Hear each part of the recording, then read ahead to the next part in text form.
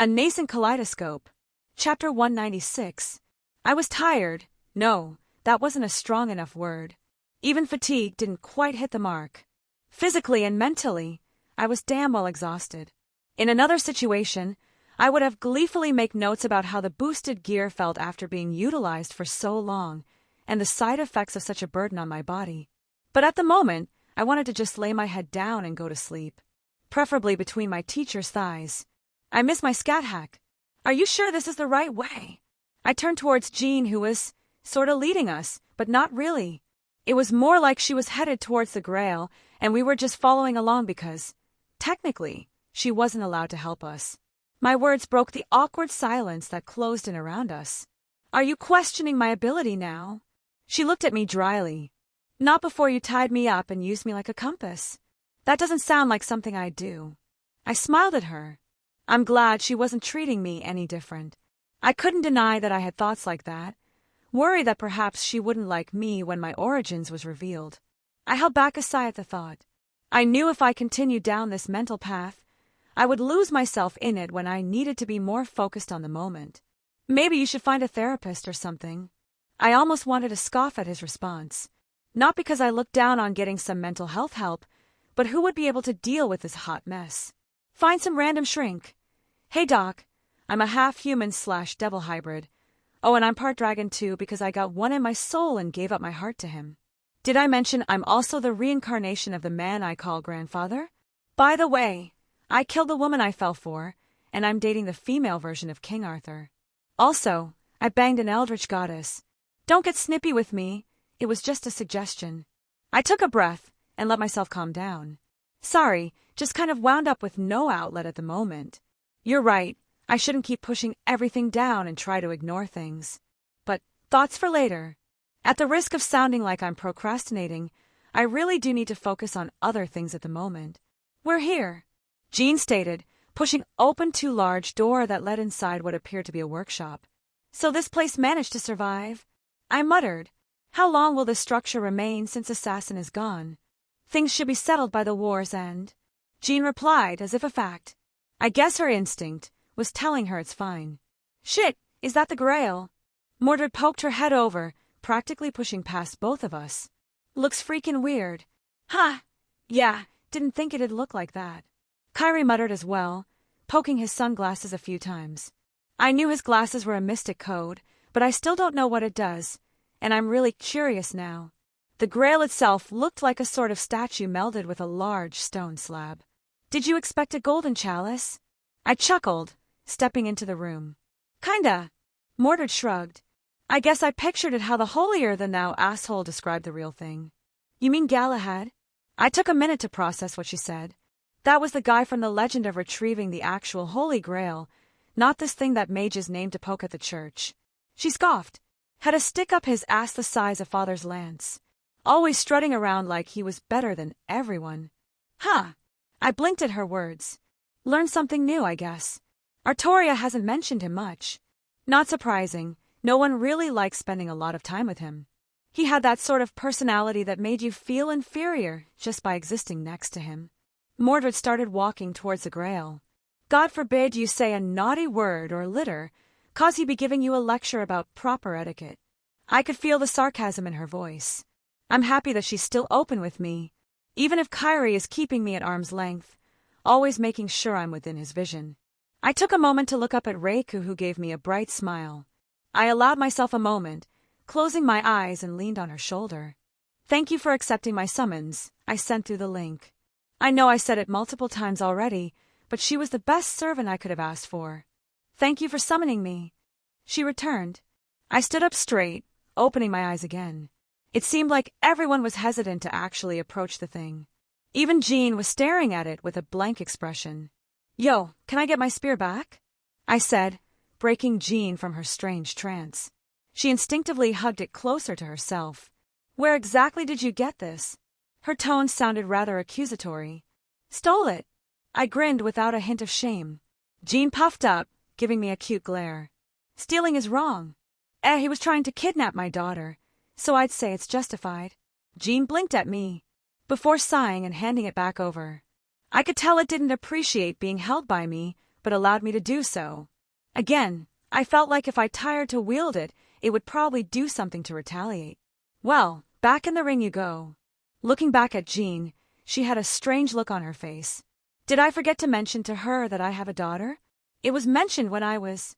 So she should have heard it. I guess processing takes a moment. Just don't abuse it, please. No thoughts of keeping it? Big G probably whispered in your ear through it. Must you call him that? She huffed. Actually, now that you know the truth, I kinda do. I chuckled awkwardly. What's up with that exactly? You a demon or something? Mordred came in the subtlety of a dragon. Even Kyrie looked like he was stopping himself from facepalming. Well, I prefer this over the awkwardness of the walk over here. Half devil. I decided to be honest. Mom was a normal human, and I thought I was too up until a few years ago. She died, and I lived by myself for most of my life. I only learned that Father Dearest was keeping a firm hand on my situation, so I didn't wander too far from the glass prison he set up. I waved my hand flippantly. Was I bitter? Yeah. I wasn't as bitter as when I first left, and I feel like I am in a much better place since my first visit to Kyoto, but old memories were drudged up that I haven't fully dealt with. Got any cool powers? Mordred seemed a bit interested, and Kyrie looked like he was trying to not listen in too obviously. I held my finger up.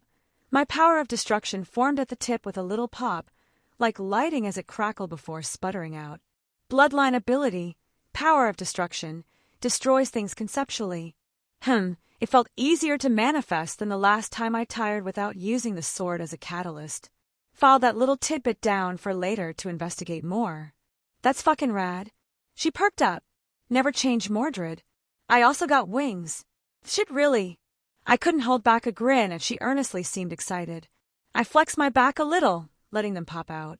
Awesome. She inspected them. Just out of curiosity, is it possible to hold up another person while you fly? She looked a little embarrassed to ask that. It was hard to resist the urge to give her a head pat. If you want to go flying, I'll take you when we settle everything. I whispered to her. Idiot, she said quietly, looking away. I never said I wanted to, though her happy expression contradicted her words. I took a step forward, reluctantly leaving Reika's side. So, short stuff, want to decide who's the true winner, Mordred quickly returned to her normal attitude and let out a snort. Father would be upset if I killed his queen, which was Mordred's way of saying she didn't want to fight. So I shrugged, accepting it for what it was. Walking up, I looked the Grail over. Wilhelm. Jean spoke up. Something is wrong with the Grail. I glanced to her and back at the Grail. Yeah, something is wrong with it. I didn't notice until I got this close. I put my hand over it and began looking at its structure. My eyes widened as I realized what was happening. Oh wow, we were cutting it close here. Something wrong? Kyrie asked. Yeah, Shiro managed to actually make a wish, albeit through some strange logic and roundabout way. But a wish all the same. How? I thought someone had to be the winner. Mordred looked confused. Technically, no. I scratched my cheek. It's little more than a big mana battery if you want to get down to it. Its main purpose, the inception of its creation, was to punch a hole to the root using the path that servants come when summoned. It utilizes a very complex and finicky magecraft known as wishcraft to shape the mana into wishes. I won't bore you with the specifics, but essentially, it only needs a certain amount of power to actually utilize. The Apocrypha failsafe wasn't the intended direction for the war, only a failsafe if someone tried to abuse it. So we don't have to fight until only one remains. Yes, Jean interjected. Those are the rules to acquire the wish. She glanced at me. Regardless of the Grail's ability to utilize its mechanism, you are not allowed to make a wish until you are the final servant. Oh, Mordred looked a little amused. What if I want to anyways? She seemed like she wanted to throw hands. Saber. Kyrie calmed her down. Not right now. TCH. She clicked her tongue but backed away. She really does like fighting. Can you explain about cutting it close? Kyrie spoke up again. Yeah. I tapped on Grail. He made a wish, but due to the roundabout way he was able to overcome the restraints and fail-safes, it was taking a bit of time to actualize. I'd give it. I stared off for a moment, doing some calculations. 8, maybe 10 minutes at most before it would go off. And his wish would have been bad? Oh, definitely. I nodded. Maybe not immediately, but this timeline would have been abandoned instantaneously by the corrective forces, letting it be pruned from the tree of possibilities. Kyrie raised an eyebrow, noticeable even behind his glasses, but didn't comment. I suppose what I said wasn't exactly common knowledge. Maybe he needed a moment to think about what I said? I turned back around, focusing on the Grail. It wasn't hard to undo the wish, so to speak. Simple as cutting off the timer and forcing the wish portion back into magical energy that the Grail was storing. Whatever he did, it was very smart, if a bit amateurish. He was definitely no mage, but the fact that he was able to come this far just spoke of his ability. A skill or noble phantasm, perhaps. I took a small glance at Jean before going back into the Grail and messing with some of the mechanisms. It was almost like riding a bike. I knew what most of this stuff did, even if the memories of creating it didn't exactly carry over from my past life. Wilhelm. Jean spoke up, snaping her head at me. What did you do? She narrowed her eyes. I pursed my lips. So you noticed, huh? Reiku was already by my side, looking ready for a fight. Mordred seemed ready, able to read the atmosphere quickly enough. Surprisingly, Kyrie reacted before both of them, taking a strategic position in the rear, out of the line of sight. This was always your plan, wasn't it? Jean asked. Yeah, I said quietly, admitting to it. Is it worth it? It is. I nodded. Yes, I remember what you told me your wish was. She let out a sigh, not looking ready to fight at all. I didn't want it to come to this. I really don't want to fight her, especially after everything that happened. Technically, what you did is not against the rules. She rubbed her temples. I blinked, perking up at what she said. There are specifically no rules about severing my connection to the Grail. Her tone came off as a bit annoyed, probably because it was assumed that would not be possible. But I suppose it was never taken into account someone would have such in-depth knowledge of its working and be willing to interfere in the first place with the combined skill to pull it off so quickly. Zelretch is the only one alive who has the knowledge to do this so seamlessly, and it would be idiotic to assume he would meddle just to do this specific action. It took me weeks to finagle a means to summon Sasaki Kojiro, and that was merely abusing the summoning functions. While I was fixing things, I managed to snip the little thread that linked her to the Grail, so she couldn't use her command seals to order our servants. Normally, the bond between servant and master is contained within the command seals, which is how they can be ordered through their use. Otherwise, you could command other servants to die, which would be just stupid. A ruler servant is connected to the Grail, and the Grail is connected to the servants. This link is how ruler can command other servants with her command seals. So I cut her link to the Grail. It wasn't very hard. She was right. Technically, it wasn't against the rules. But at the same time, there was enough wiggle room that she could plausibly interfere if she wished. There were some other things I needed to do. Jean looked at me intently as I continued to mess with it. Besides cutting her connection, I needed to sort of unanchor it from the local ley lines. Again, not too difficult, just a bit meticulous. So I did the most obvious thing and stabbed Mirage straight into it. What are you doing? Jean squeaked out. Have you never seen Magus do meticulous calculations before, I swear? I dramatically rolled my eyes, a small grin on my face. In seriousness, though, I was letting Mirage handle the calculations, and it would be done much, much faster this way. Hey, Shorty! I turned towards Mordred. Don't call me that. She said evenly. What do you want? You trust me. Against every instinct I have. I smiled, turning towards Kyrie. You trust me. At this point, I can't afford not to trust you. Again, that's fair. Kyrie is a very pragmatic person. Don't freak out. Freak out about what? I put a hand on Mirage, then one on Reiku, giving one last smirk towards Jean. Her eyes widened. Wilhelm! Don't you dare! She shouted as I pulled the Grail, myself and Reiku through a portal. Chapter 197. Reiku and I spilled out of the portal, the Grail right behind us. I stood up without much thought, dusting myself off. Reiku, though, she looked around, prepared for battle, hand on her sword and her eyes landing on the third person in the room. I turned to look at Zelretch, who didn't raise his head. Instead, he calmly flipped to the next page of the book he was reading. Wilhelm. He spoke softly, still not rising to meet my gaze. Did you bring a holy grail into my study? I looked at back the large device, then back at him. No. He slowly raised his head, giving me a deadpanned look. I think he bought it. Thanks, Drake. Drake made me do it. I quickly thought up a plausible excuse. Oh, fuck you. Yes, I'm sure. He drawled. Nailed it. I did a little fist pump. It's times like this that I remember why I hate you. Is it because of my handsomeness? Die. Jealous dragon is jealous. Introductions. I offered, ignoring Drake's obvious jealously. By all means. He gestured for me to continue.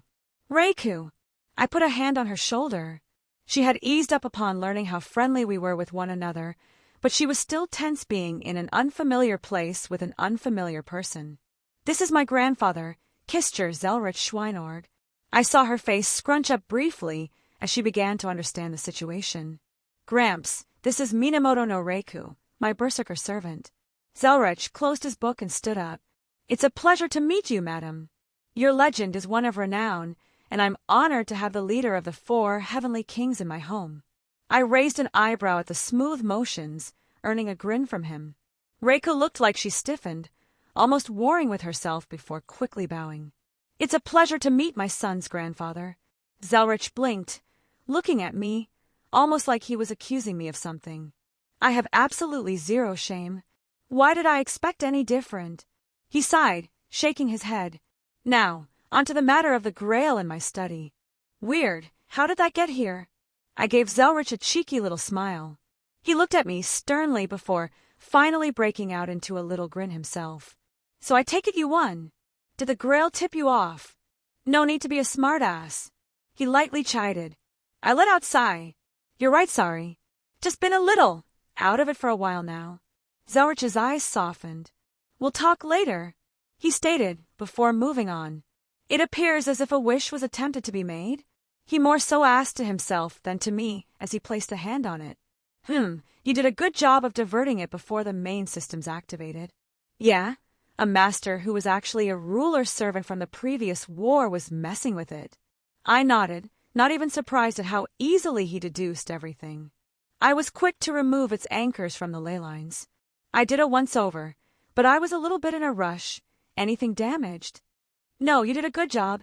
Perhaps a bit heavy-handed, but everything looks to be working. Good, good, I said quietly to myself. I wanted to bring it out of that world line to mitigate any potential hazardous circumstances. Not a bad idea. He accepted my reasoning. The Grail is trying to ping where it is and re-establish itself with the local ley lines. The transference over world lines threw it for a bit of a loop. Yup, figured it would buy me a bit before I had to do anything with it. You have any other important matters besides the Grail itself? He questioned. I thought you would already know. It wasn't strange for him to watch certain events unfold. Do you think I spy on you all the time? He snorted. I trust you, Wilhelm. I don't need to keep a constant eye on your actions. Yes, I do take a peek every now and then, but that is just the worrying old man in me that needs to check up. Oh, I muttered. It was nice to hear those words. To answer your question, I continued, taking a step towards the Grail and giving it a flick. I have a few servants I offered alternatives to fighting. Impressive. He looked interested. What were you able to cajole out of these heroic spirits? Saber of Red is Mordred. I started. Well, that's an easy one to guess. He let out a chuckle. Does Artoria know? Of course. Good lad. He nodded in approval. I take it she's going to be sticking around. Yup. I smiled bright, walking about over my own servant. Of course, Reiku here is staying with me. I wrapped my hands around her, giving her a nice hug. Master. She beamed at me, always welcoming any kind of affection. She turned to the old man. If it isn't any trouble, grandfather. I think both me and Zelretch were amused by her suddenly calling him grandfather. But he didn't mind it, so I didn't correct her. Honestly, I think she was referring to him like that for my benefit. Of course. He laughed. To have another granddaughter added, it's always a happy occasion. As the words left his mouth, he noticed the small reaction Reiku had, then gave me another look. Yes, Reiku, berserker, I made sure to emphasize her class. Has been absolutely wonderful, and I am forever thankful for her answering my summons. Zelretch could catch the obvious cue. I see. Well, I wasn't exactly subtle. These others, tell me of your thoughts and their identities. I mentioned Mordred, she's an obvious case. He nodded, so I continued. Then we have Achilles and Atalanta. Greek heroes, not surprising. Achilles would be a powerful foe, and Atalanta is renowned as well. He rubbed his chin. And they opted to stick around? Yup.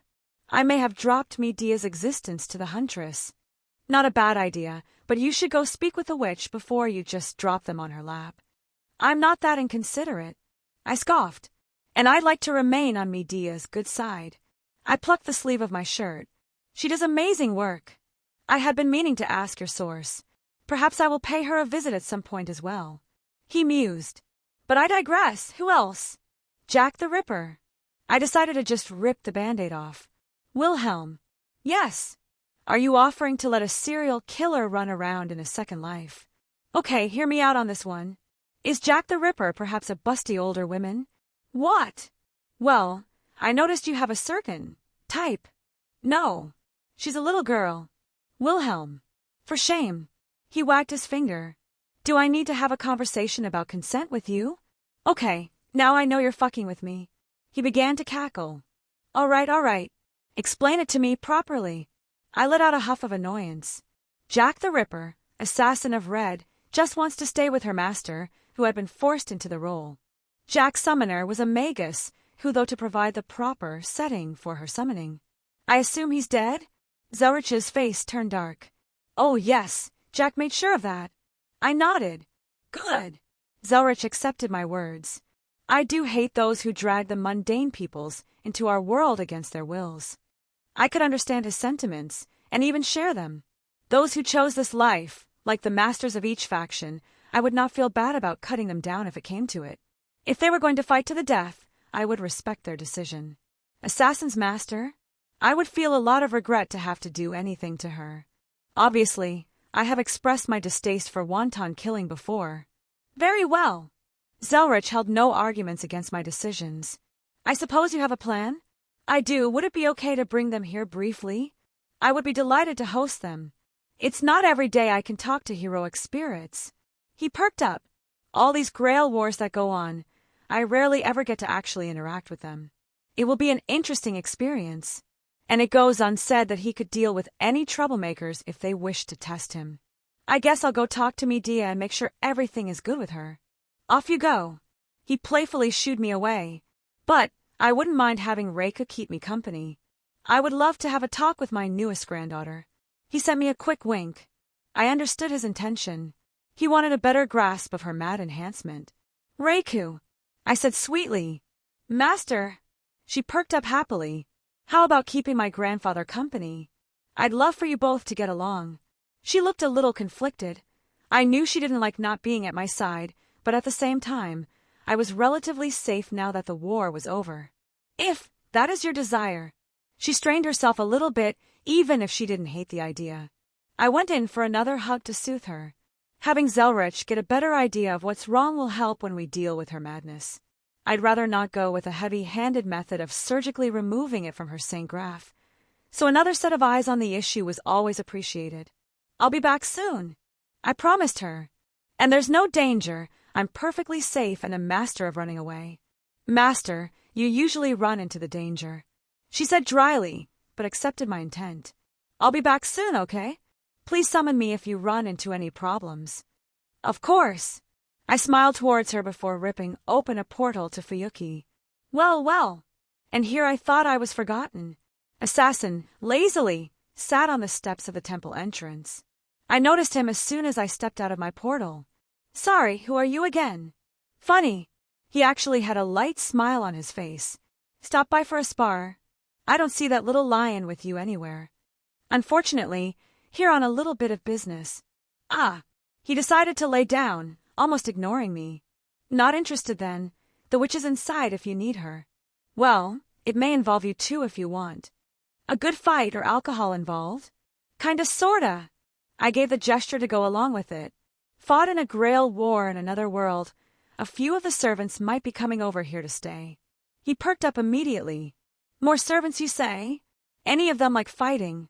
Oh yeah, a couple of them would love to fight all day with you. Sasaki let out a laugh. How exciting. What are their names? Wait. He stopped himself. I don't want to ruin the fun. Let it be a surprise. He stood back up, almost jittery. Really, the only thing that would make this day better would be if someone gave me some sake. Hint, hint, he added. I rolled my eyes, tucking out a bottle and tossing it to him. I'll go see Medea, take care. I waved him off as I started up the steps. I'll need to start thinking up strategies for other servants now. I heard him mutter as he sat back down, sword in one hand and sake in the other. Well, as long as he's happy. I always did like this temple. It was a nice little spot in human society that still carried a sense of mystery about it, especially in this modern city. Come for another request, brat? Medea was leaning against the door to the temple. Maybe I came here to pay respects. You don't own the temple. She pursed her lips, let out an amused snort. You need something, spit it out. Need is a strong word. So is patience. It's quickly devolving into annoyance. Someone's high-strung. Yes. Well, I was spending a nice evening with my husband when I felt fluctuations of space at the temple. I blinked in response. Oh, did I? Yes, she said dryly. Now spit it out. Shit. Now I feel bad. I scratched my head. No decent person wants to be a cockblock. Long story short, fought in a war. Some servants are going to stick around here. One of them knows you. She paused and the air around her turned very cold, threateningly so. Wilhelm, she said very sharply, even without a sarcastic nickname attached. If you bring that blonde buffoon. Atlanta. I decided to nip that right in the bud. I was vaguely aware of Medea's life, and I was in no way going to mention Jason around her. Just as quickly as the tension came, it all but evaporated. Big sis, she muttered, quickly getting lost in her own thoughts. I didn't want to just drop that on you. I decided to not beat around the bush. If you're uncomfortable, I can find somewhere else to put them. She slowly turned to me. Why are you being so considerate? I was a little caught off guard. Why wouldn't I be? I thought we were. Perhaps not friends, but friendly? Maybe a little more than acquaintances. I'm still expecting that invite to your wedding. I said with a chuckle. You've completely ruined the mood for me. She scowled, crossing her arms. And I can't even find it in myself to be angry about it. She let out a cute huff, and I briefly was sad she was taken and happy in her relationship. Atlanta and I didn't exactly separate on the best of terms. That isn't a note, I pointed out. It was not, she agreed, but I am unsure if I want to see her. She sort of let the tension leave her body that she had built up. Looking down at her hand, she let out a sigh. I did many terrible things in my life. Some of them I can dismiss as not my fault, but others I will never deny. I knew her as a young girl. I knew her as we sailed on the seas. And when she stood with the others to send me away, I was heartbroken, betrayed. I spiraled into madness, losing myself, becoming a witch. She never bothered to understand why I was behaving so erratically, to even attempt to contemplate my absurd actions like killing my brother. The machinations of the goddess who controlled me, and she never cared to figure out why I was so different from that little girl she knew. Medea let out a self-deprecating laugh. I hate her. I hate that she could have saved me from becoming. She waved her hands down at herself. This and didn't. I thought of her as a sister, and she was content to stand aside and become one of those who condemned me for actions that were not my own. Her hands balled into fists. But I still can't help but miss my big sis. She snapped her head up, a resolve in her eyes. Bring her here. I want to no longer hold on to my regrets. I am happy. I have a loving fiancé, and I want my sister to see the life I've created after clawing my way out of my own despair. I didn't expect her to open up to me like that, and frankly, I don't think she expected that either. Maybe it was weighing on her, and I was just happened to be an ear available at the right time for her to let out her own frustrations. Medea seemed like the kind of person that wouldn't want to burden the man she loves with all her issues. I'll see it done, I promised her.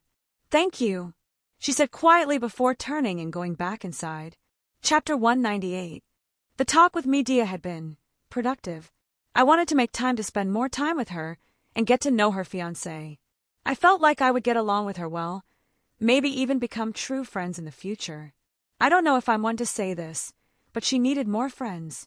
Well, part of that problem might be solved when her old companion came knockin'. And despite everything, Achilles was an alright guy. In general, I think their presence in this world would be beneficial.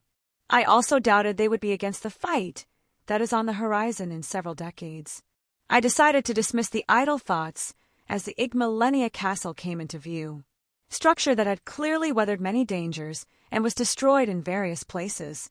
A chuckle almost escaped my lips as I noticed some of the elemental effects were still persistent after this long. There was no flamboyance in me as I walked straight through the front gate.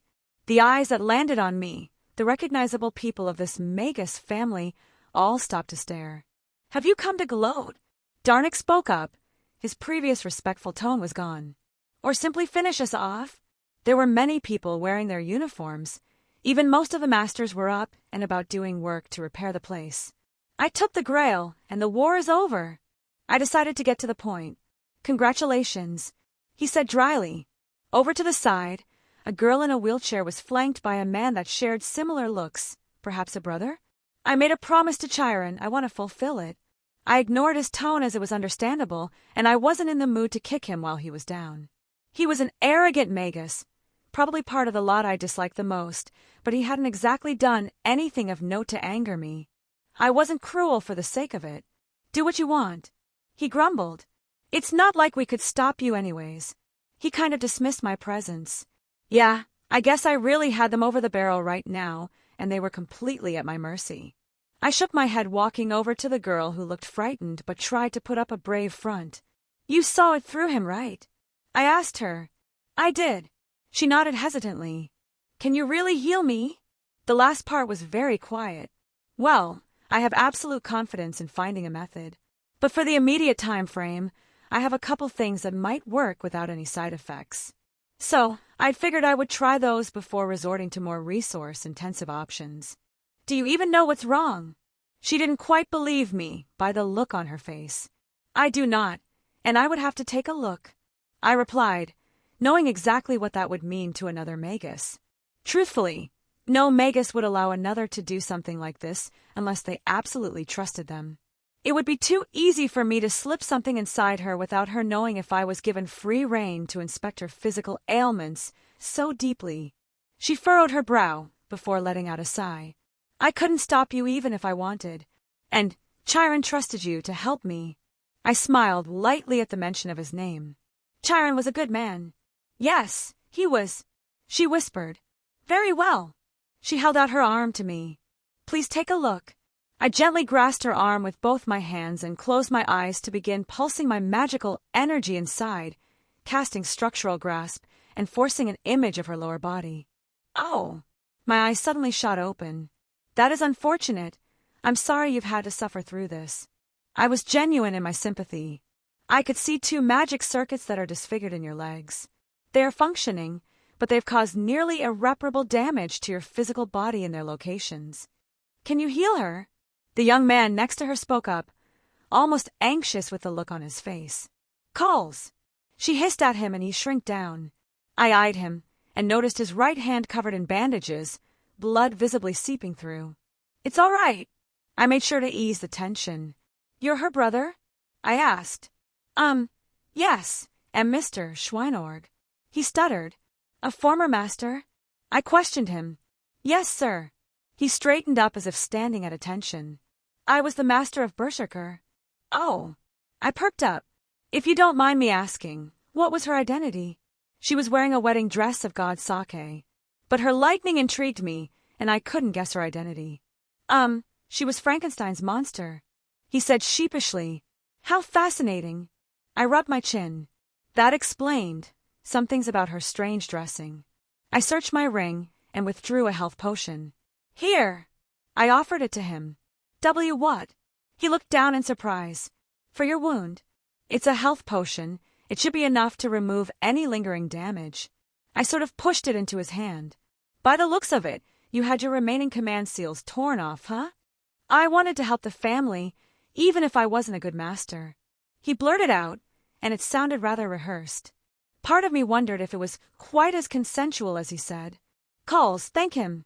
The young lady hissed at him again. Thank you, sir. He quickly stood up straight again. I waved him off. Don't mention it. Well, I guess from their perspective, this is a rather valuable product. Unfortunately, such a thing won't work on you, young lady. I tapped my chin again. It's mainly for healing surface damage, with some minor ability to deal with internals. So it's hopeless. She shrunk down. I never said that. I poked her forehead, much to her chagrin. I said a healing potion would be fruitless. I have many other means available to me. My healing spells wouldn't interact with the magic circuits in the way I wished either, since it's a metaphysical organ. Oh well, I don't think Artoria would chastise me for using her sheath like this. I decided to bring out Avalon from my chest as it had a little bit of her magical energy remaining. Its soft and warm glow filled the courtyard, drawing the attention of everyone who wasn't already staring. Avalon, the hallowed scabbard of Excalibur. I introduced. They practically worshipped it with their eyes. We really never had a chance, did we? The young woman softly spoke. I chuckled, pushing it into her own chest. Its effects worked best when conceptually inside someone. It should fix the circuits that were malformed without damage to either her use of her legs, nor the circuits themselves. She glowed slightly. Tears began falling from her eyes. It doesn't hurt anymore. Oh, you poor girl. How long had you lived with this pain? Fiari. Darnik walked up. How do you feel? He asked with a little bit of interest. I think I can feel my toes. And ever so slightly her feet moved. Darnik even held a small smile. I suppose there is one good thing that came out of this. He shook his head. Perhaps we can evacuate you somewhere to escape and carry on the family name. I pushed against her stomach again, withdrawing the noble phantasm, taking it back into myself. It was practically dry now and wouldn't function. However, I think it was a good use of its last bit of power. Getting a bit ahead of yourself there, don't you think, Darnik? I stood up. Even if you are not here to destroy us, the Mages Association won't allow us to continue. Our only leverage were the servants in the face of their overwhelming might. I scrunched my brow, thinking about what he said before deciding on the next course of action. No forbidden research. I spoke up. Excuse me. He replied, clearly confused. Dead apostles, absolutely forbidden. I reiterated. Demonology, also a big no-no. The taboo aspects of necromancy, don't touch them. I don't like the resurrecting of the dead, even in zombie and skeletal forms. I didn't have an opinion on how Kyrie utilized his necromancy. He mainly uses the body parts and their conceptual significance in his craft. Mundane humans, you will treat them with respect. That means no human research on unwilling subject, which includes blackmail and coercion. And the ones you have under your control will not be abused. Are you? I cut him off and continued. You will follow certain rules that the Mages Association will lay down. The big ones, and you know what I'm talking about. I looked at him. But you will remain your own autonomous organization. He seemed utterly shocked at what I was implying. Are you going to sponsor us? You can think of it that way, but also no. I replied. I'll throw my weight around and see if I can't get them to back off. It would be a bit annoying, but I had respect for the black servants who fought their battles. There will be concessions, but I'll leave you to iron out those details when they inevitably come to negotiate. Darnik let out a self-depreciating laugh. Negotiate? You mean they come lay down terms to push us under them? He shook his head. We have nothing to offer. Our resources have been thoroughly burned through, and what remains would have to be used on repairs and rebuilding. I held my hand out, letting piles of gold flow out onto the ground. Seeing their situation, I felt like I had a good idea. They stared at the small hill of gold. Darnik took a deep breath, seemingly deep in thought. That should be enough to get us on our feet at a minimum. However, money is not an intrinsic valuable commodity to the association, especially if they're going to be making an example out of us. I wasn't done. I smirked, setting down several small crates of dust. There were a couple with crystal variety, but most of it was in a powdered form. Crystallized mana, I began to explain. From a different world line. It's less dense than the stuff that occasionally pops up on the market, but quality is not an issue. Dranik literally shook as he reached towards it, picking up a crystal in his hand. It was comical that he practically forewent the normal procedure of checking for traps. What do you want? Pardon. You are not helping us for no reason. What do you want from us? Do you wish to take over our crafts, our family? Do I look like someone who is after your crafts? I eyed him. It wasn't an insult to their work, but I didn't mesh well with that they pursued. But you're right, I do want something from you. I took the last thing out of my ring. It was containers of various herbs I had acquired in Skyrim. Along with them, I took out a book describing their names and uses. I want you lot to attempt to grow these plants, he questioned, looking over them. We don't have a significant herbology section. He seemed confused. You saw the healing potion I gave to Calls? You mean that these, among other things, they all hold magical properties, and I want you to try and start developing farms for them. Skyrim didn't really have the same outlook that the mages here had. Frankly, Skyrim didn't have any large or dedicated farms for these herbs. They grew in the wilds, in special conditions, and it was difficult for the people there to intentionally grow them. Well, mostly. There were some that acted like weeds and were numerous, but things like dragon's tongue needed very specific requirements to grow, and it was hard to mimic them with Skyrim's technology level. Hell, only the Archmage had a true dedicated garden inside his tower for the plicated plants. Truthfully, this was kind of a whim, but it was also a good opportunity to start growing my own resources without having to rely on going back to Skyrim to obtain these. Not to mention I was curious to see if anything changed in the plants by growing them in a different world line. Lots of interesting date will come up, I'm sure. A family could dedicate themselves to something like this and become rich. Darnik said quietly. What are your conditions? Well, he was smart to recognize an opportunity when he saw one. I will take 60% of all products produced through these ingredients, and I will want a copy of all notes and research involving these. Honestly, that would still leave them with an astronomical economic boom. Not to mention I wanted to make sure the Zelretch of this world got a little something for the effort he went through to help me. I unfortunately have no room to negotiate, as you can simply go anywhere else. True, but I'm not heartless. I do watch out for my own. I won't meddle in your affairs unless you do something that crosses a line I'm not okay with. And I doubt he needed me to state them. That being said, I will want you lot back up your feet and with some semblance of confidence in your existence. Well, in for a penny, in for a pound. It would be beneficial to have them at my call when needed. Fiore, right. I looked towards the girl again and didn't wait for her to answer. What's your specialty? She had otherwise been silent while we negotiated. Spirit evocation. Oh, interesting. I rubbed my chin. These should be beneficial. I withdrew a few spell books I still had on me from Skyrim. Various spiritual-based spells and things that aligned with her path. Even if they didn't directly help her, another way of thinking would be beneficial. Thank you. She squeaked out as I set them on her lap. She seemed rather talented, and the way Darnik sort of hovered around her, I could guess she was valued by them. Now, I mentioned products produced using these ingredients. I took out a few more books on alchemy, handing them over to Darnik along with setting down 2 alchemy tables. This should be enough to get you started on your research, and the books are a good reference. Alchemy, he muttered looking at the title. He clearly cast a translation spell because they were not written in English. It's funny how it still works even though the language is one not native to this world. It doesn't so much as translate the written word, but the intent of what is to be portrayed. These would be significant to even the highest families in the association. He looked up at me. True. I didn't deny it.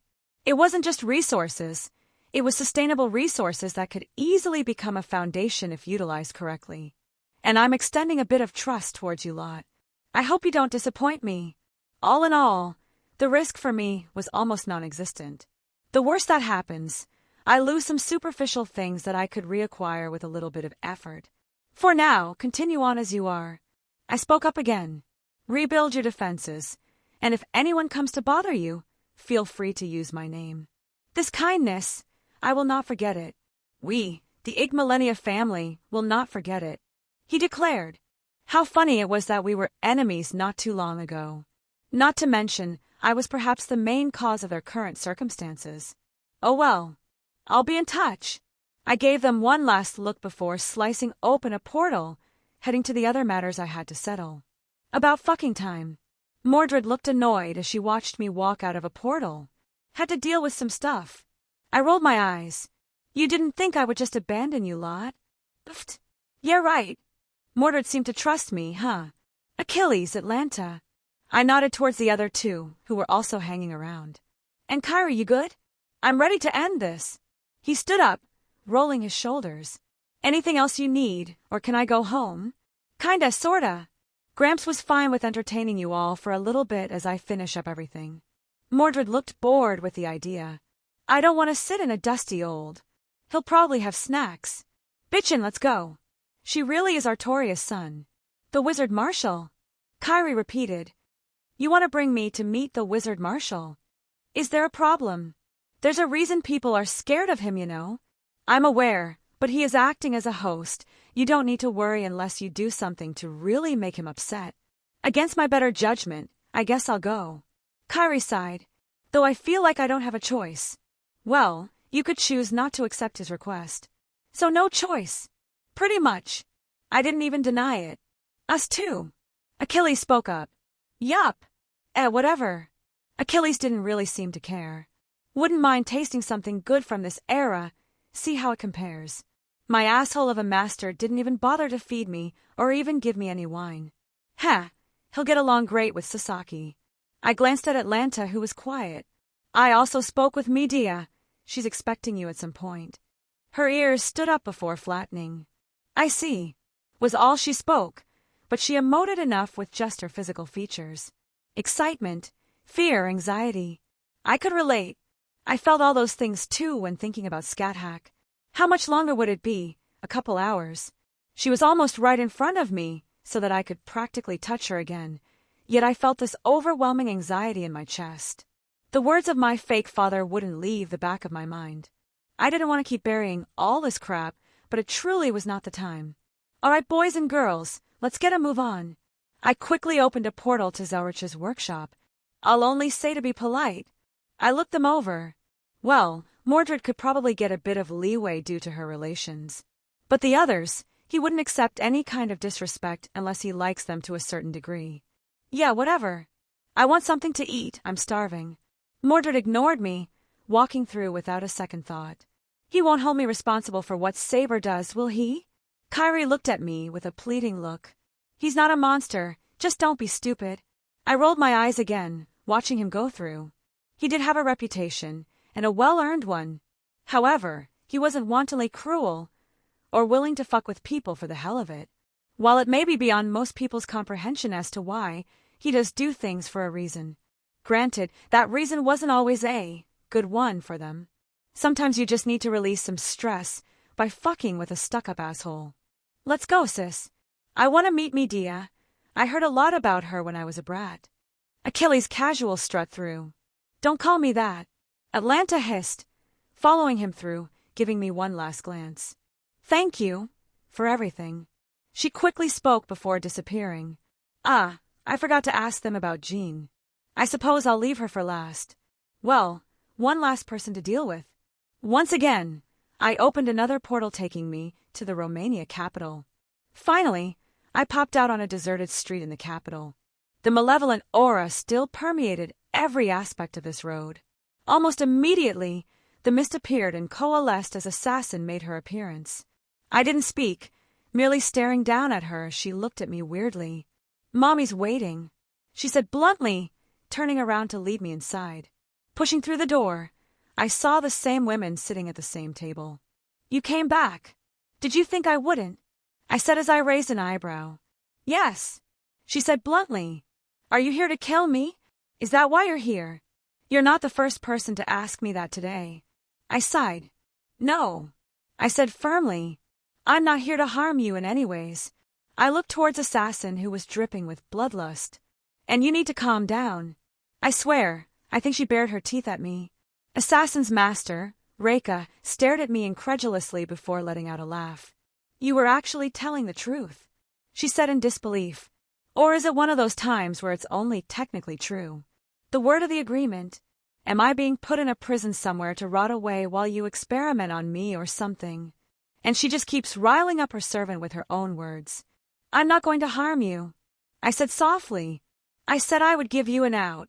So an out you will get. If nothing else, you can trust that I have my own pride and I don't go back on my word. I guess that's the best I can get. She looked defeated, like she was expecting the next shoe to drop.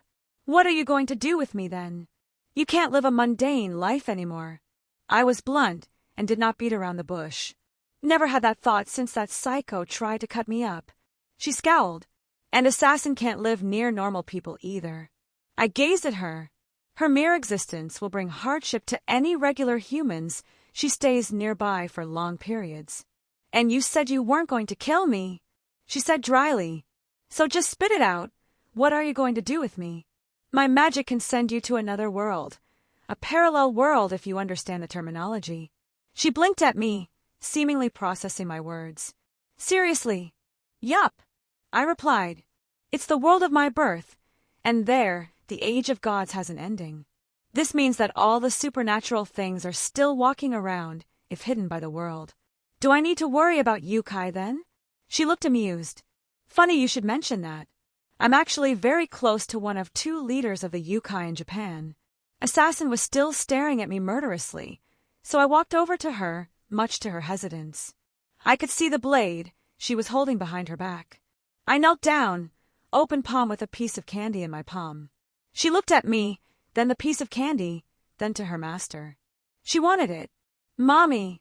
She looked up at her master. Go ahead, sweetie. She gave her servant a gentle smile. With that, Jack snatched it out of my hand quickly, stuffing it in her mouth. Her murderous look didn't abate, but there was something else now, like an acceptance. Well, I guess that works. It was kinda cute as well. You were talking about yokai. Reika spoke up. Right. I nodded. Yasaka, she's a 9-tailed fox. I looked at her to gauge her reaction. I'm not even surprised anymore. She sighed. Just give it to me straight. They have their own separate dimension over Kyoto. It houses various yokai, ghosts, demons, and even humans. It's somewhere you both can live without any issues. And we'll be safe? Relatively speaking. I shrugged. I can't account for any idiots who stir up trouble, but generally people won't come looking for you. I won't lie and tell you there won't be any danger. Not that long ago there was a bunch of terrorists who attacked Kyoto, and there was a bit of a body count. It was handled, but things like that still happen from time to time. Can I learn magic? She suddenly asked. I tapped my chin and thought. It's possible. The system there, it's different than here. I don't know what you've been told, but here we have a pseudo-organ that allows us to cast spells. There, it operates off a different paradigm. I can't say yes or no, but it's a possibility. And we'll be safe then? No one wanting to dissect me or Jackie. She asked this again, but I guess she wanted more assurance. I can call in some favors to watch over you. I can say that you will probably be one of the most protected people in Kyoto. Not to mention, I can provide you with resources so you can live leisurely. She bit her lips, and I couldn't blame her reactions. She was still very much trying to rationalize everything she'd stepped into at this point. Izanami no Makoto. I wanted to reassure, because despite everything, I really did sympathize with her situation. What? I'm friends with Izanami. I can ask her to keep an eye on you. Her mouth opened, staring at me before she broke out in laughs. The goddess of death. She managed to squeak out. Mom always prayed when I was younger, but I never cared for that crap. Now you're telling me she will watch over me. You have Jack the Ripper as your daughter. I deadpanned. She snorted, laughing again. This whole thing is so fucking ridiculous. Sorry, you shouldn't have been forced into this situation. I hate that I believe you're being sincere. I hate that I can't even bring myself to despise you like that other bastard. And I hate that I don't have control of my own life.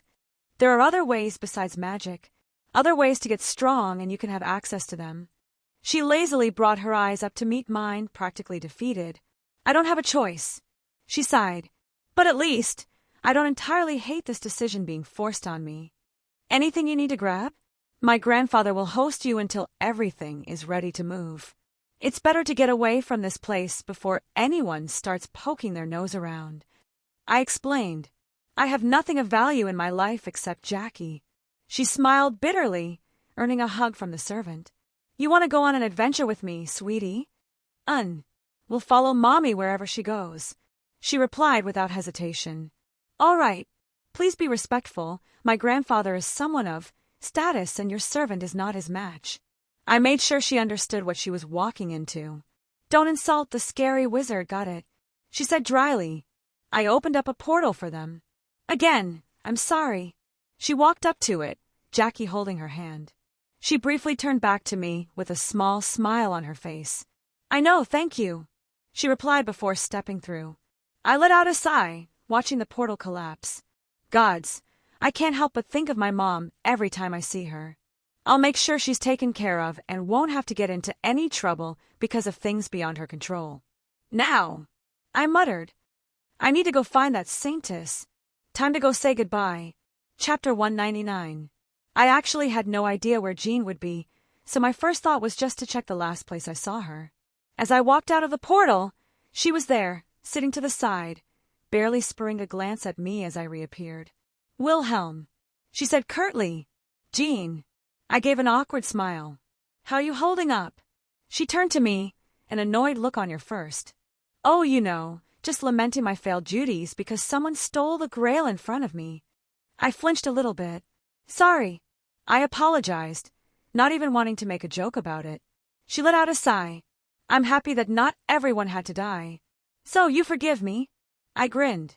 She puffed up, quickly getting on her feet where she marched to me, eyes staring right into mine as she smacked my shoulder.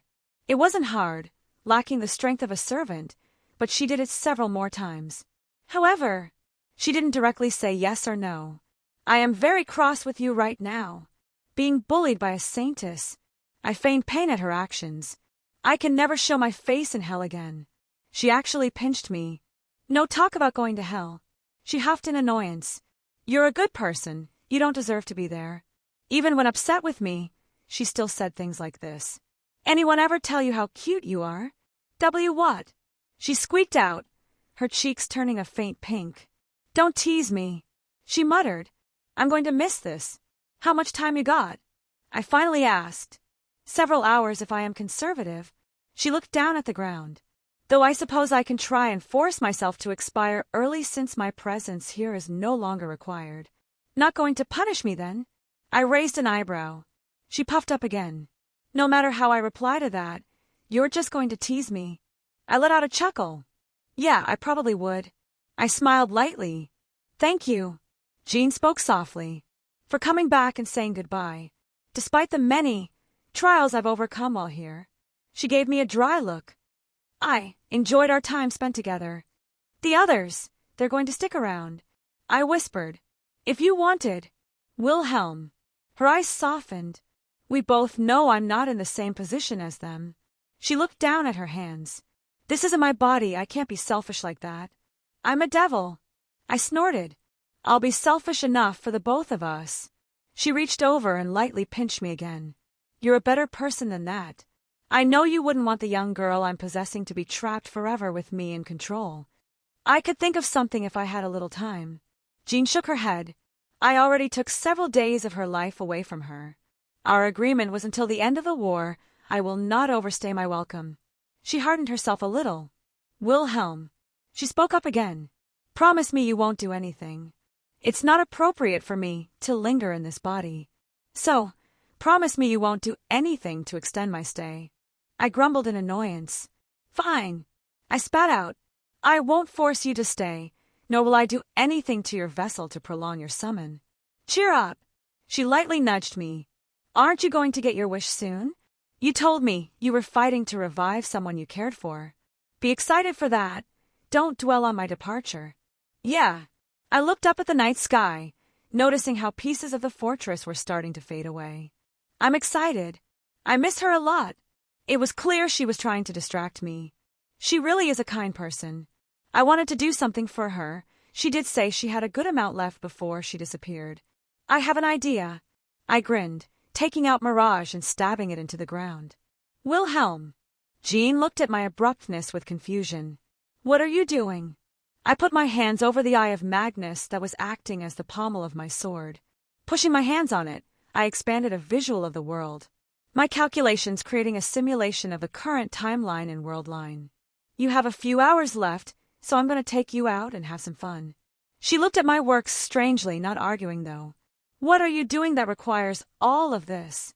She gestured. Something stupid? I laughed as I continued. It isn't dangerous, is it? No. Wilhelm. And I'm done. I smiled. What did you do? Pulling my sword out of the ground, I slashed it through the air, the result different than my normal portals. My magic is the operation and manipulation of parallel worlds. Or if you want to be simple about it, it gives me a degree of control over dimensions. And time is just another dimension. I smirked. Wilhelm, you didn't mess with time, did you? I have no knowledge of magecraft and magic, but even I know that isn't a good idea. Trust me. I held out my hand to her. She looked down, reaching out as I grasped hers in my own. She let out a sigh, but there was a small smile on her face. Really? Doing something like this just so I enjoy what little time I have left? Well, I've been called an idiot before. I grinned, pulling her through the new portal with me. Wilhelm. She unintentionally squeezed my hand tightly. Where are we? She looked around at the buildings as we stepped out of the portal. There was no one around in this secluded area, just as I had anticipated. I gave her the warmest smile I could. Welcome home, Jean. Home, you mean? France, yes. I chuckled. I swear, the sacrifices I make. Truthfully, time travel is borderline taboo, even for a user of the kaleidoscope like me and the old man.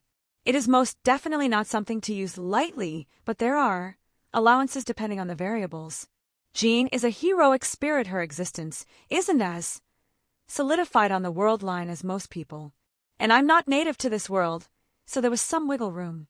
Basically, I brought us a few months into the past where this festival was going on, stepping outside the world line, then re-entering at an earlier date. Shush you!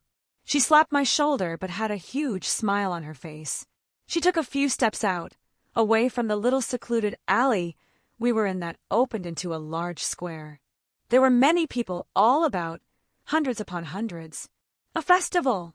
She questioned as people were dressed up, and there was a clear air of celebration. Yup! I nodded towards her. It's a festival that's been celebrated every year for the last 600 years, to commemorate the liberation of a city by a certain young woman all those years ago. Truly! She looked surprised at the revelation. People have admired you for centuries. Is it really so strange they want to honor your sacrifice? I opened my arm up. This is your legacy. These smiling people, their happiness, you built the foundations for this. Jean stared, her look indescribable. Thank you. She barely enunciated the words, and her eyes turned a little red. I know she was someone who would not regret what happened in her life, but that didn't mean there weren't pains that came along with it. To see what she fought for come to fruition, it would be some measure of closure to her life's goals. I don't think she realized she was still holding my hand. With a grin, I lightly started to pull her out of her stupor. Well, are you just going to stand there, or are you going to join in? She let out a small squeak as I started dragging her along. Oh, ice cream, you should try this. I pulled her towards a vendor set up in the corner. What can I get for you and your girlfriend? The guy behind the cart happily asked. Girlfriend. Jean stuttered, turning bright red. I couldn't help but laugh. 2 vanillas, please. Here you go, lad. He handed them over as I pushed one towards Jean. How do I eat this? She took it with confusion. Just slowly lick it. I gave an example.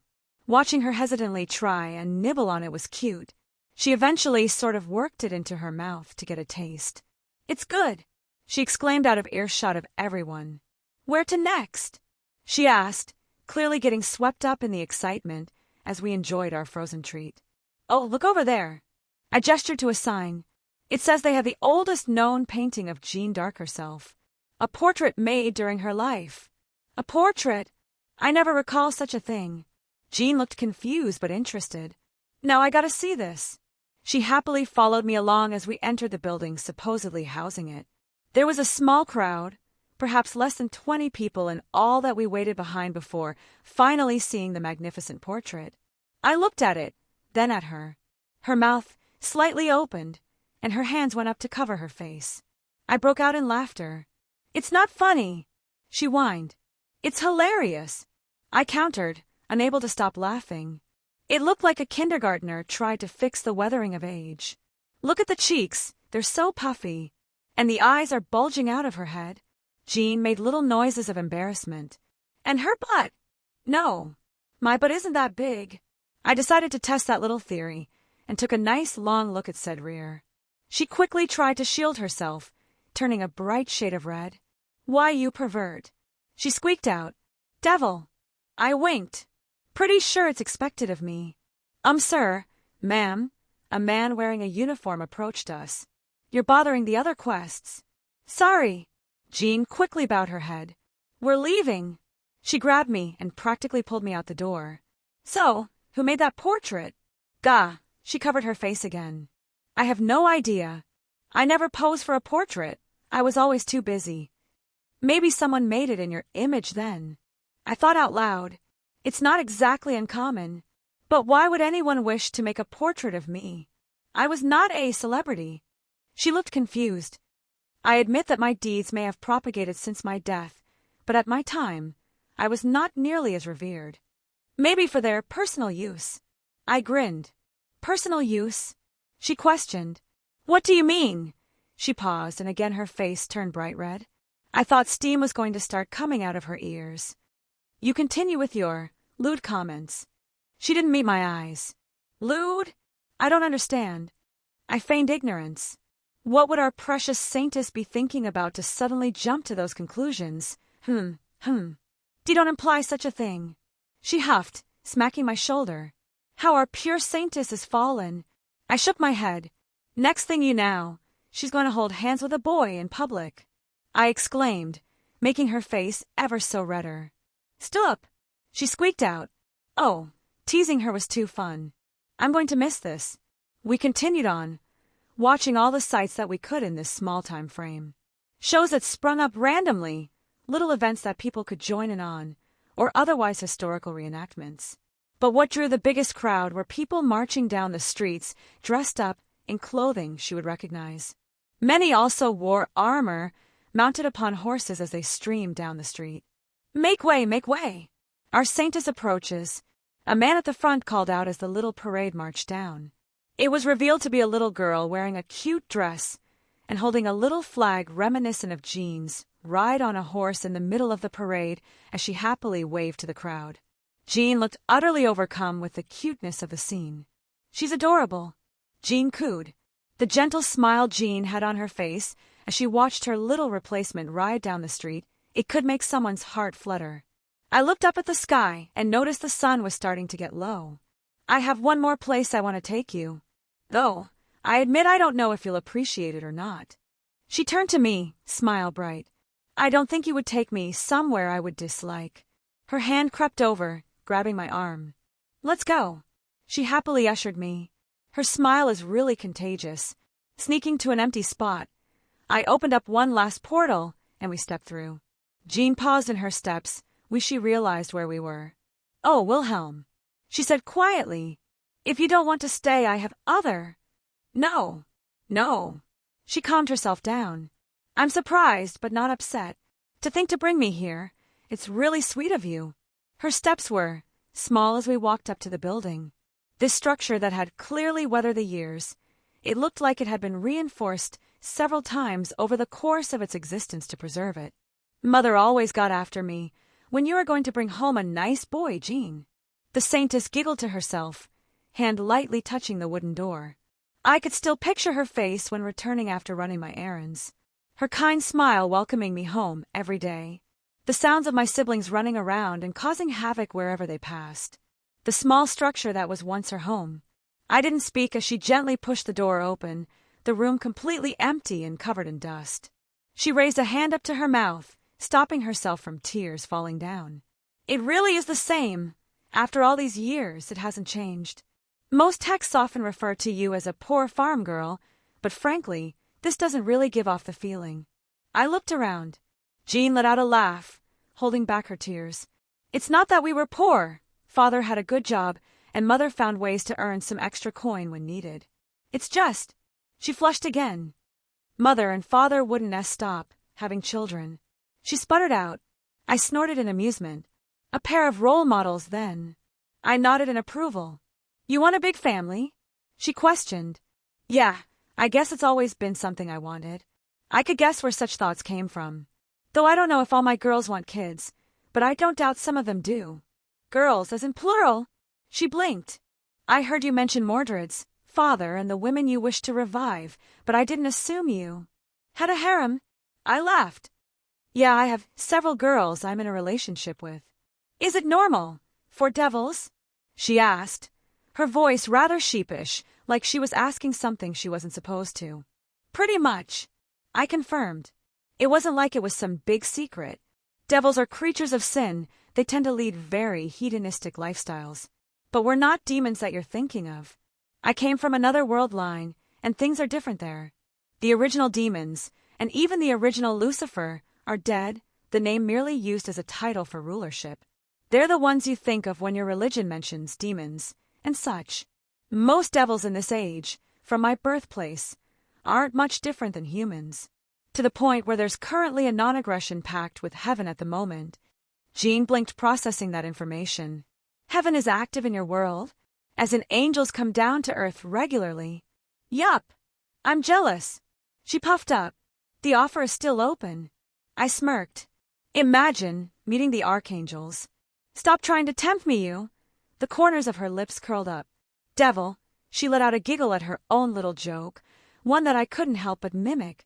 How strange that I'm friends with a saintess. I mused out loud. How strange that the son of the devil is my friend. She smiled brightly, tugging on my sleeve. Thank you for everything.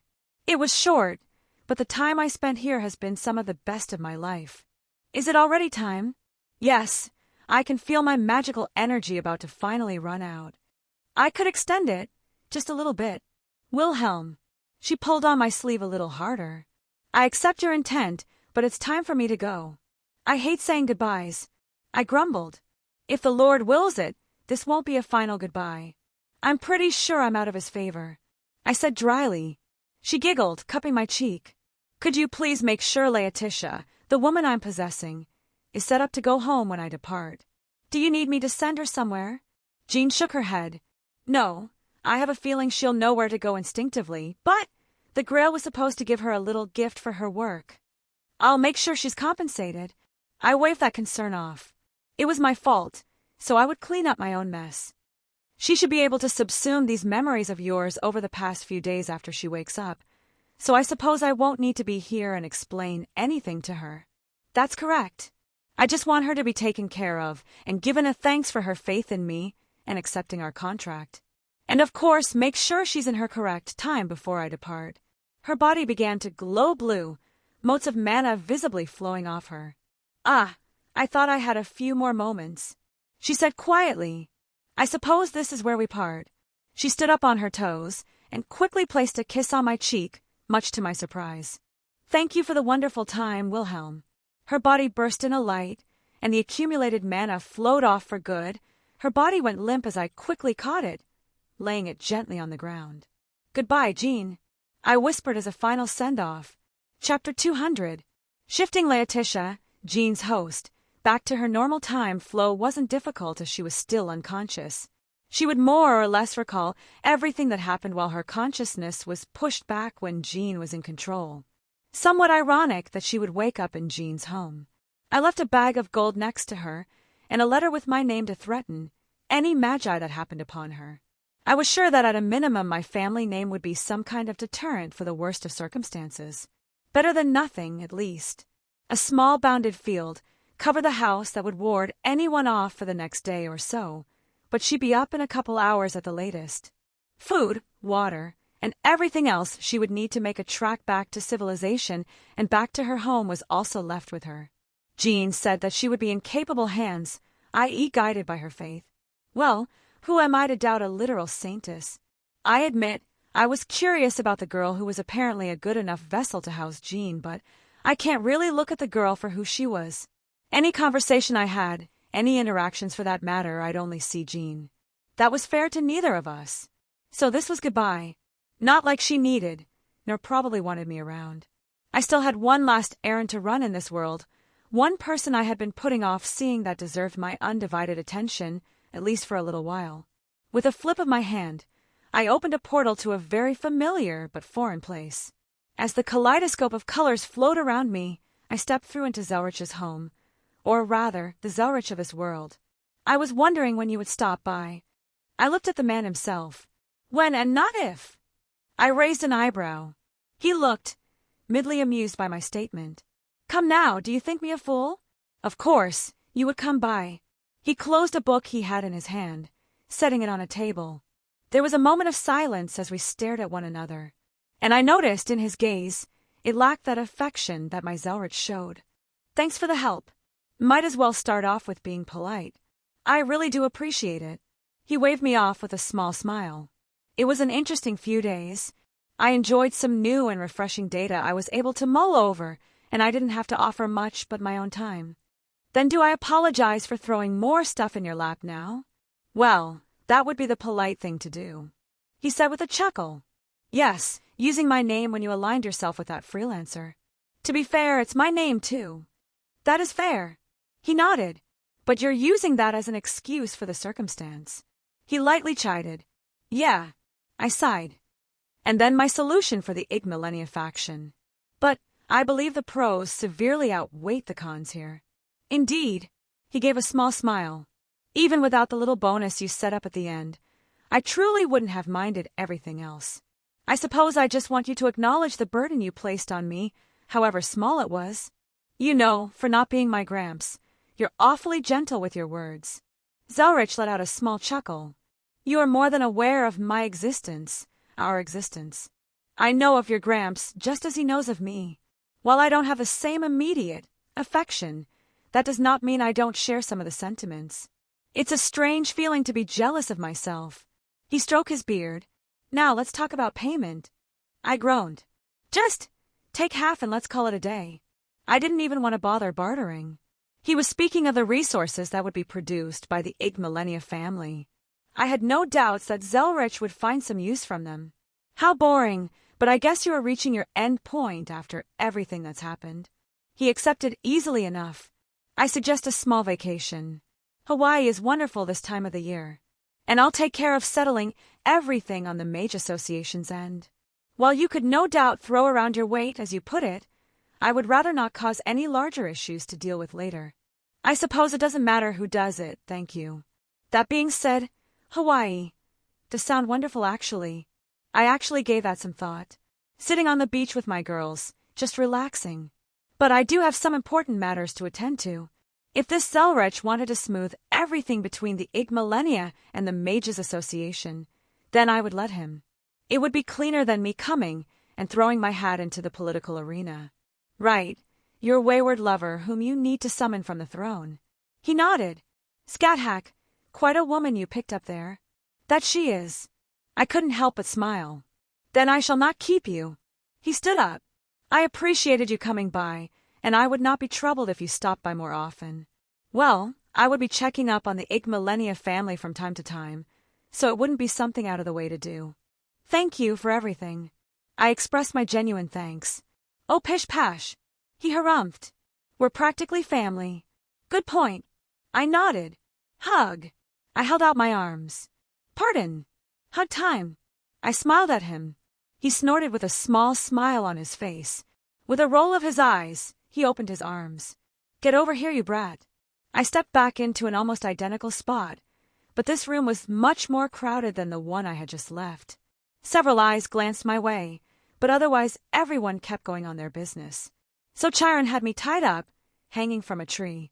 Achilles was waving his arms around with a laugh, a drink in his hand. And he's like, Achilles, did you eat my last apple? Oh gods, I know exactly where this is going. Atlanta, who had a very distraught assassin in her lap, face-palmed. Seriously, the murderous little psycho was looking helpless as Atlanta gave her head pats. I think she was more confused than anything and had no idea how to react. Zelretch, who had been enjoying the story, ushered him on. Oh boy, what did he do? Zelretch joined in with a laugh. You're about to get your ass beat. Mordred snickered, standing to the side, listening intently. Well, that early hit really upset my stomach, and being upside down didn't help. Achilles could barely hold it together. I opened my mouth to say something cheeky, and it just all sprayed out on his face. They both erupted in laughter. Kyrie looked amused, but at the same time he looked like he was trying to make himself as small as possible and not to touch anything.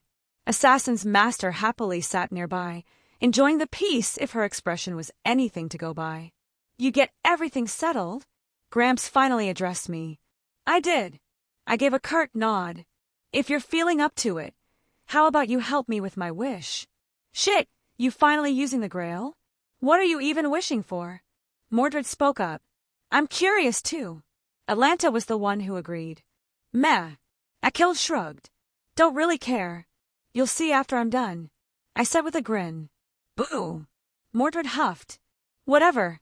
I hope it's something good. If you're wishing for the root or some other stupid shit, I'm going to kick your ass and take it back.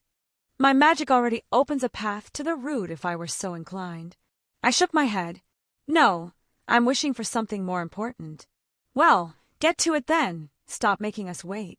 Mordred replied, as impatient as ever. "Well, let's not keep them waiting." Zelretch put a hand on my shoulder. "Besides, Reiku has been guarding it since you left." He began leading me to another room where he deposited the Grail, away from the little festivities. Reiku perked up, already knowing I had returned. "Master, you're back." She looked happy, yet at the same time she had that strange look on her face. I shot a quick glance at Zelretch. "What are your thoughts on that?" I asked him quietly. "Deal with that after you make your wish. It would give us a better idea of what we're looking at and what we have at our disposal." He replied. I nodded, accepting his words. He was smart enough to know my concerns easily enough. Reika's mad enhancement wasn't an easy problem to fix. But I had a couple ideas, and I'm sure Zelretch had some of his own. I walked up and gave Reiku a quick hug. "You didn't have to guard the Grail. I'm your servant." She preened a little under the physical affection.